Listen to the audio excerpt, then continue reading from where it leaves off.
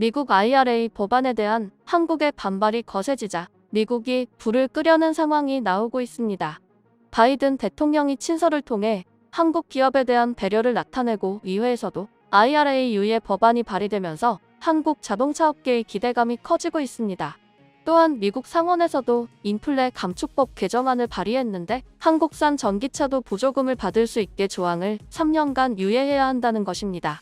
하지만 아직까지 바이든 정부는 IRA를 미국 경제를 단기간에 회복시킬 수 있는 정책으로 보고 있는 것으로 전해집니다. 실제 IRA 법안 발의 이후 미국 민주당의 지지율은 소폭 올랐으며 11월 중간선거에서도 청신호가 켜졌다고 합니다. 일각에서는 민주당이 중간선거가 끝나면 IRA 법안을 개정할 가능성이 적지 않다는 주장도 나옵니다. 하지만 이유가 무엇이든 한국이 반발하는 이유는 당연한 것입니다. 이는 미국 언론들도 인정한 사실인데 월스트리트 저널 등에서는 한국이 미국에 가장 많은 투자를 했기에 한국의 반발은 당연하다고 평가했습니다. 이처럼 미국 내부에서도 한국에 공감하자 바이든 정부는 중간선거가 끝날 때까지만이라도 한국에 유리한 점을 제공하겠다는 심산인 듯한데요. 먼저 현재 한미일은 국제사회 위험에 맞춰 연합군사훈련을 실시하고 있습니다. 특히 북한의 탄도미사일 발사가 계속되자 군사훈련을 확대하는 방안도 검토되고 있습니다. 2일 케네스 윌스 백미 태평양 공군사령관이 지난달 한미일 군사훈련 확대가 북한에 대한 대항 조치가 된다고 말했다고 전했으며 세뮤얼 퍼파로 미 태평양 함대 사령관도 위협에 대해 3개국이 더 연계해야 한다며 한미일 군사훈련 확대를 시사했습니다. 이처럼 한미일의 연합군사훈련이 진행되는 가운데 미국이 다소 놀라운 행보를 보였는데요. 미 해군이 최근 자군의 활동을 전하는 뉴스에서 동해를 일본해 아닌 동해 또는 한반도 동쪽 수역이라고 잇따라 명기한 것입니다.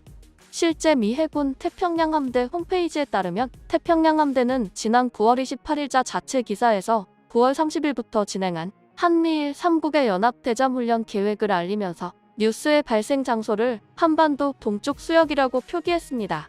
태평양 함대는 이보다 이틀 전인 9월 26일자 기사에서도 한국 해군과 미 해군이 대특수전 훈련을 실시하고 있다는 소식을 전하면서 발생 장소를 한반도 동쪽 수역이라고 표기했습니다.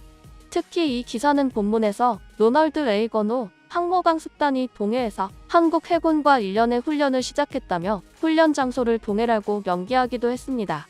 미국의 이런 모습이 일본으로서도 상당히 충격적인 것으로 보여지는데요. 태평양 함대를 포함한 미 해군은 물론 미 국방부는 그동안 동해를 동해로 단독 표기하거나 동해와 일본해를 경기해야 한다는 한국 정부의 요구에도 불구하고 일본해라고 공식 표기해왔습니다. 실제 앞서 작년 6월 16일 기사에서도 미 군함 라파엘 페랄타오가 일본해에서 통상적인 작전을 수행하고 있다며 동해를 일본해로 표기했었습니다.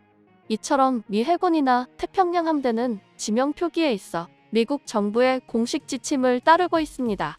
이를 역으로 보면 미 정부가 동해를 일본해가 아닌 동해로 보고 있다는 것이 되는 것이죠. 미국이 갑작스럽게 한미일 훈련에서 동해를 표기하자 일본은 상당히 당황하기 시작했습니다. 그런데 국내 일각에서는 미국의 이러한 결정은 좋은 것이 사실이지만 이러한 표기가 계속해서 지속될지가 의문이라고 말합니다. 현재 IRA로 한국에 큰 반발을 사고 있어 당장 상황을 잠재우기 위해 동해 표기를 한 것이라면 시간이 지나면 또다시 일본해로 바꿀 수 있다는 것입니다. 이러한 주장이 일리가 있는데 사실 미국이 동해 표기를 한 적이 있었지만 일본이 항의하자 일본해로 수정한 사례가 있습니다. 물론 당시 일본은 미국에 로비를 줬을 테지만 그래도 바뀐 것이 중요한 것이죠. 그런데 미국은 동해 표기를 하며 한국 네티즌들의 환심을 샀지만 또 다른 행보를 보여 논란이 되고 있습니다. 앞서 미국이 장기적으로는 한국의 이득이라던 IRA 법안에 의해 현대차는 벌써부터 피해를 보고 있는 상황으로 보입니다. 지난 4일 현대차 미국 판매법인에 따르면 인플레 감축법이 본격 시행된 이후인 지난 9월 현대차 그룹의 미국 내 전기차 판매가 이전 달에 비해 크게 줄어든 것으로 집계됐습니다. 실제로 지난 9월 한 달간 전기차 아이오닉5는 1306대 판매됐는데요. 이는 8월 판매량 1517대보다 211대 줄어든 수치이며 7월 1984대보다는 30% 이상 줄었습니다. 또한 기아의 전기차 EV6도 지난달 미국에서 1,440대가 팔려 전달 1,840대보다 21.7% 감소해 지난 7월에 비해서 16.1% 줄어들었습니다. 또한 현대차 미국 법인에 의하면 조지아주의 막대한 투자에도 피해가 현실화되어 조지아주 공장 공사기간을 최대한 앞당기고 멕시코 공장에 전기차 라인을 증설하기로 계획하고 있다며 계획에 없는 일들이 동시다발로 일어나고 있어 큰 혼란이 있는 것이 사실이라고 전해집니다. 물론 일본과 유럽 전기차들도 피해를 본다고는 하지만 유럽 전기차들은 이미 미국 공장에 있는 모델이 많을 뿐더러 유럽과 일본 기업들은 현대차처럼 미국에 막대한 투자를 하지도 않았습니다. 따라서 미국에 막대한 투자를 한 현대차가 이러한 피해를 본다는 것은 상식적으로도 말이 안 되는 것입니다. 심지어 현재 미국 의원들의 말을 들어보면 바이든 정부도 IRA 법안으로 인해 한국 기업들의 피해를 예상했다는 것입니다. 그런데 문제는 미국이 전기차를 넘어서 반도체에도 비슷한 규제를 할 것으로 보인다고 관계자들은 말합니다. 현재 삼성은 텍사스에 대규모 투자를 발표한 상황인데 미국은 대만, 일본과 손을 잡고 반도체 공장을 짓는 모습을 보입니다. 이에 일각에서는 대만은 TSMC가 있지만 일본은 또 다시 미국에 로비를 한 것 아니냐는 주장이 나오는데요. 그도 그럴 것이 일본은 한국을 밀어내고 자신들이 다시 반도체의 위상을 차지하고 싶어 합니다. 현재 일본은 반도체 위상을 회복하기 위해 TSMC에 약 4조 5천억 원을 지원하고 나섰습니다. 이는 TSMC와 이론업체 소니 덴소가 손잡고 구마모토현에 반도체 공장을 건설하기 위함인데 공장 건설에 투자되는 약 1조 1천억엔 한화로 약 10조 5천억 원 가운데 일본 정부가 절반 가까이를 지원하는 것입니다. 대만의 반도체 공장을 짓는데 일본이 비용의 절반을 낸다는 것입니다. 심지어 일본은 미국 반도체 기업 마이크론이 일본 히로시마현에 건설하는 반도체 공장에 최대 약 4,600억 원을 지원하기로 했다고 보도했습니다. 마이크론 공장도 TSMC와 마찬가지로 전체 금액의 절반가량인데요. 여기서 더 화가 나는 것은 아낌없는 지원을 해주는 일본이 아니라 미국의 태도인데요. 칩사동맹을 강조하면서 동맹국들을 챙기는 척을 하더니 결국에는 자신들이 각국에서 투자를 받는 상황을 만든 것입니다. 솔직히 일본도 미국에 공장을 지어주지만 그 공장에서 만들어진 반도체가 일본에 직접 공급되지도 않으며 미국이 기술 공유를 할 가능성은 없는 것이 사실입니다. 결국 미국이 말하는 칩사동맹은 중국 견제를 앞세워 자신들은 한국, 대만, 일본이 가지고 있는 이점을 모두 챙기겠다는 것입니다.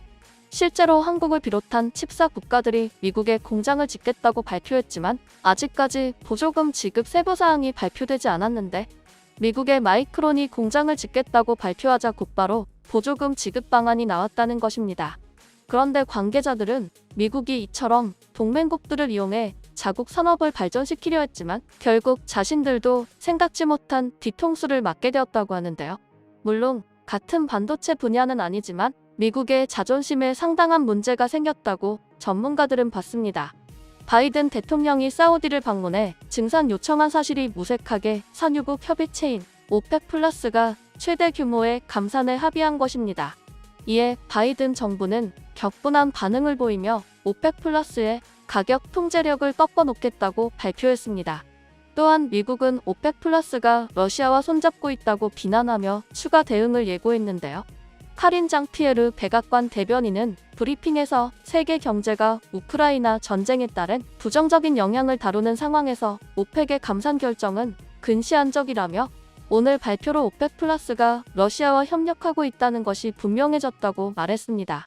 이처럼 미국은 동맹국들의 불리한 행보를 하더니 자신들도 생각지 못한 국면을 맞았는데요. 미국 내부에서도 IRA 법안은 결국 동맹국들의 미국 투자를 줄어들게 해 미국에도 안 좋은 영향을 준다고 말합니다.